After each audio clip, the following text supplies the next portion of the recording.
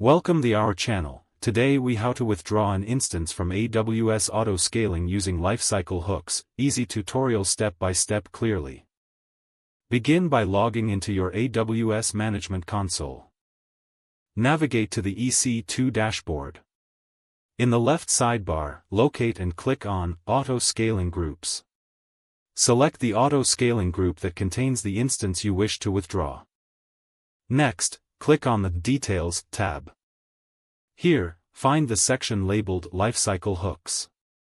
Click the Create Lifecycle Hook button. In the Create Lifecycle Hook window, assign a name to your hook.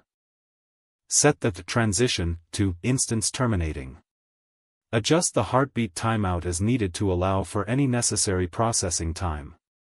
Make sure to select the right notification target, such as an SNS topic, if desired. Click Create to establish your lifecycle hook. Now, navigate back to the Instances tab within the Auto Scaling group. Identify the instance you want to withdraw, and click on its checkbox. Then, choose the Actions drop-down menu. Hover over Instance Management, and select Exit. This action will trigger the lifecycle hook you just created. At this point, the instance will enter the terminating wait state. You can monitor this status in the Instances tab. To finalize the withdrawal, you must complete the lifecycle action. Go to the AWS CLI or the AWS SDK. Use the appropriate command or code to complete the lifecycle action for the instance. Finally, check the instance status to ensure it has been successfully withdrawn from the auto scaling group. If the page does not load, refresh the browser or try again in a private or incognito window.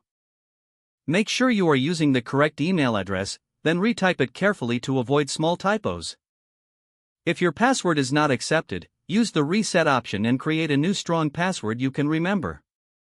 Check your spam folder for verification or security emails, then complete any requested confirmations. Enable two-factor authentication if available to improve account security and reduce unauthorized access risk. After signing in, review your profile details so your contact information and settings are accurate and current. If you see an error message, note it down and try again after restarting your device and internet connection. Log out when you finish, especially on shared devices, to keep your account and payment information secure. If the page does not load, refresh the browser or try again in a private or incognito window. Don't forget to like this video and subscribe to our channel for more step-by-step tech guides.